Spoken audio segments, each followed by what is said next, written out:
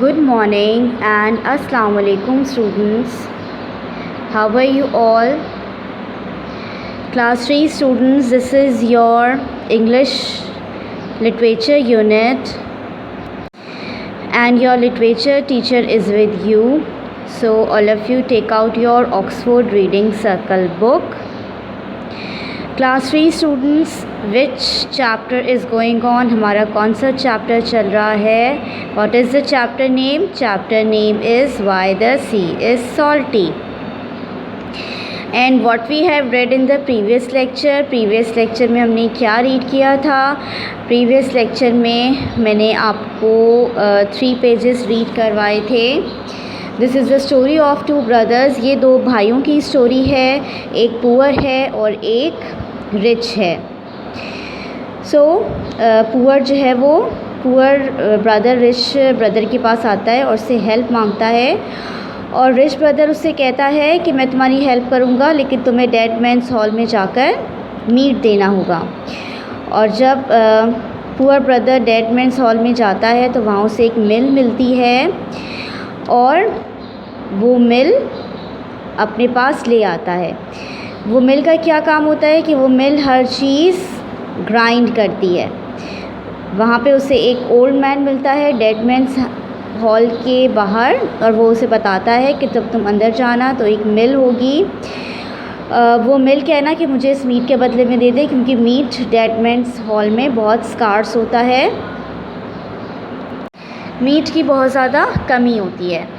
तो वो मीट देकर वहाँ से मिल ले आता है. नाउ स्टूडेंट्स, अब आगे स्टोरी में क्या हुआ? Take out page 130. All of you take out page 130 and read with me. Put your finger on first line. I had to go a long way said John but look at what I have got. क्योंकि John अपने घर late आया होता है तो उसकी wife बहुत worried हो रही होती है. तो वो बताता है कि हाँ, जॉन अपनी वाइफ को बताता है कि हाँ, मैं बहुत लंबा रास्ता गया था लेकिन देखो मैं क्या लेकर आया हूँ. He put the mill on the table and told it to grind lights. Mill John जो है वो मिल को टेबल के ऊपर रखता है और ऑर्डर करता है कि लाइट्स को ग्राइंड करो. देन अ टेबल क्लॉथ, फिर टेबल क्लॉथ को ग्राइंड करो. देन मीट ग्राइंड करो and so on till they had got everything that was nice for Christmas. जो भी क्रिसमस के लिए उनको चीज़ें चाहिए होती हैं वो सब जॉन उस मिल को ऑर्डर करता है. और वो ग्राइंड्स को ऑर्डर वो कहता है कि लाइट ग्राइंड करो तो लाइट आ जाती है, टेबल क्लॉथ ग्राइंड करो टेबल क्लॉथ आ जाता है, मीट आ जाता है. और जो जो चीज़ें उनको चाहिए होती हैं वो जॉन ऑर्डर करता रहता है और वो मिल जो है वो चीज़ें देती रहती है. तो जॉन के पास क्रिसमस की हर वो चीज़ आ जाती है जिसकी उसको ज़रूरत होती है. The mill ground out whatever he told it to. Mill हर चीज़ जो है वो ग्राउंड करती है जो जॉन उसको ऑर्डर करता जाता है. मिल जो है वो उसको ग्राइंड करके देती जाती है. मिल में से वो चीज़ निकलती जाती है. His wife was astonish. उसकी वाइफ ये देखकर, जॉन की वाइफ देखकर बहुत हैरान होती हैं. एस्टॉनिश मीन्स हैरान होना. They had everything they wanted and their stomachs were full. जो चीज़ उनको चाहिए होती है वो उसे ऑर्डर करते हैं और मिल जो है वो ग्राइंड करके उनको देती है और उनके स्टमक जो हैं वो फुल हो जाते हैं. After a few days he asked all his friends and came to his wife and gave a great feast. कुछ दिन के बाद जॉन जो है वो अपने फ्रेंड्स को, किन रिलेटिव्स, किन कहते हैं रिलेटिव्स रिश्तेदार को बुलाता है and gave a great feast. Feast का मतलब दावत. बहुत बड़ी जो है वो दावत देता है. When his rich brother saw all that was on the table and all that was in the house. जब उसका रिच ब्रदर पीटर जो है वो देखता है कि उसके टेबल पर हर चीज़ है और उसके घर में भी हर चीज़ है. ही ग्रू क्वाइट स्पाइटफुल एंड वाइल्ड। वो थोड़ा सा स्पाइटफुल मतलब कीना परवल हो जाता है और वाइल्ड बिल्कुल जंगली सा हो जाता है। He could not bear that his brother should have everything. Bear means बर्दाश्त।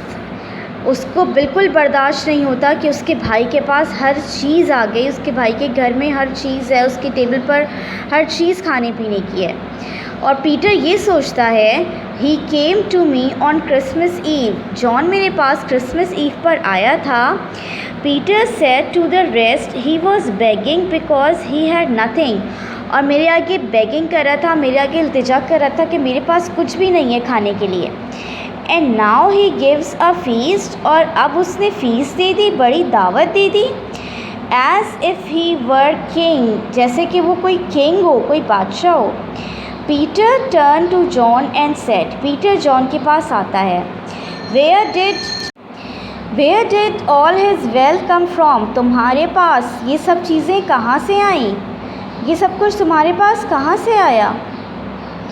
John did not want to tell him at first, but John उसे पहले तो बताना नहीं चाहता, लेकिन क्योंकि वो बहुत फोर्स करता है पीटर जॉन को कि तुम मुझे बताओ कि ये सब चीज़ें तुम्हारे पास कैसे आई, क्योंकि पीटर उससे बहुत ज़्यादा जॉन से जेलस हो रहा होता है। बहुत ज़्यादा उसको जेलसी होती है कि ये मुझसे एक दिन बैगिंग करता था, मुझसे हेल्प मांगता था और आज इसके पास ये सब कुछ है। जॉन जो है उसे बताना नहीं चाहता कि मेरे पास मिल है और मैं मिल जो और चीज़ ग्राइंड कर रही है। Now take out page 131। All of you come on page 131। On he became boastful and he could keep his secret no longer. और जॉन जो है वो जॉन बहुत घमंडी हो जाता है। बूस्टफुल का मतलब घमंडी, कि उसके पास हर चीज़ आ गई है, तो वो अपना सीक्रेट ज़्यादा देर नहीं रख पाता और उसको कह देता है और उसको अपना सीक्रेट पीटर को बता देता है। He brought out the mill and said. वो मिल बाहर लेकर आता है और पीटर को बताता है this is what has made me rich. ये वो मिल है, ये वो चीज़ है जिसने मुझे इतना रिच, इतना अमीर बनाया है। He made the mill grind all kind of things. वो बताता है कि ये मिल हर चीज़ ग्राइंड करती है और जो भी चीज़ आप इसे ऑर्डर करेंगे ये ग्राइंड करके आपको देगी। व्हेन पीटर सॉ इट, जब पीटर वो देखता है, जब पीटर ने उस मिल को देखा था, ही वॉन्टेड द मिल, अब उसे मिल चाहिए थी। John eventually agree to give it to him. John आखिरकार मिल जो है वो देने के लिए तैयार हो जाता है, लेकिन एक्सचेंज में क्या मांगता है John? For 300 pieces of silver. वो कहता है कि जॉन कहता है पीटर से कि मैं तुम्हें ये मिल दूंगा, लेकिन उसके बदले में, उसके एक्सचेंज में तुम्हें 300 पीसेस सिल्वर के मुझे देने होंगे। 300 pieces of silver. It was evening when the rich brother got the mill home. फिर शाम का वक्त होता है कि वो रिच ब्रदर जो पीटर होता है वो मिल घर लेकर आता है। Peter said to his wife. Peter अपनी वाइफ से कहता है you go out for a walk. तुम बाहर जाओ वॉक पे, and I will have dinner ready when you get home. मैं तुम्हारे लिए डिनर रेडी कर दूँगा जब तक कि तुम घर वापस आओगी। He put the mill on the kitchen table and said. वो किचन के टेबल पर मिल को रखता है और उसे ऑर्डर करता है grind Hering's and broth. Hering's मतलब, हेरिंग्स कहते हैं एक फ़िश को, फ़िश होती है फ़िश का गोश्त, यही कि दो फ़िश मुझे दो। और ब्रॉथ, ब्रॉथ किसे कहते हैं? BROTH, broth students. ब्रॉथ कहते हैं यखनी को, शोरबे को, शोरबे वाला जो सालन होता है, यानी कि वो जॉन जो है वो उसे कहता है कि तुम मुझे हेरिंग्स दो, मछली दो, और ब्रॉथ कोई शोरबे वाला सालन दो, कोई यखनी टाइप कुछ दो, यखनी जिसे कहते हैं। The grind them good and fast. और वो कहता है कि तुम अच्छा से ग्राइंड करना और मुझे फास्ट जल्दी से मुझे देना। So the mill started. अब मिल जो है वो ग्राइंड करना स्टार्ट करती है। When the first dish was full, जब फर्स्ट डिश फुल हो जाती है, पीटर गॉट another, पीटर एक और डिश लेकर आता है। When all the dishes were full, जब सारी डिशेस खाने से फुल हो जाती हैं, Peter got a tub, Peter tub लेकर आता है। When all the tubs were full, जब सारे टब्स भी फुल हो जाते हैं, the food began to spill onto the kitchen, खाना जो है वो किचन में आने लगता है सारे टब से फुल होकर। onto the kitchen floor, kitchen के फ्लोर पे पूरा खाना ही खाना हो जाता है। and still it kept flowing, और खाना जो है वो बढ़ता जाता है, यानी कि बाहर खाना जो है वो किचन से बाहर निकलता जाता है।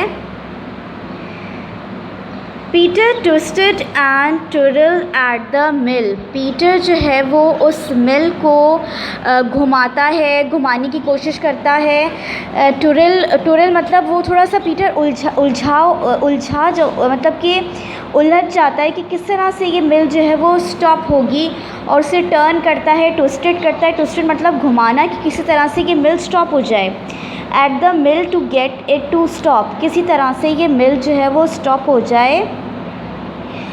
But the mill went to on grinding, लेकिन मिल जो है वो ग्राइंड करती रहती है, खाना ग्राइंड करती रहती है।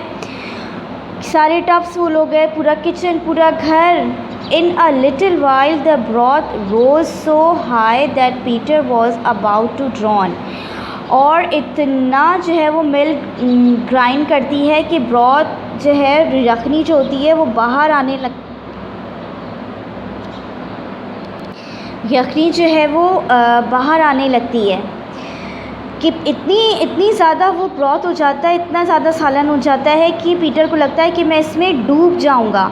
पूरा घर जो है वो सालन से, ब्रॉथ से भर जाता है, इतना हाई हो जाता है।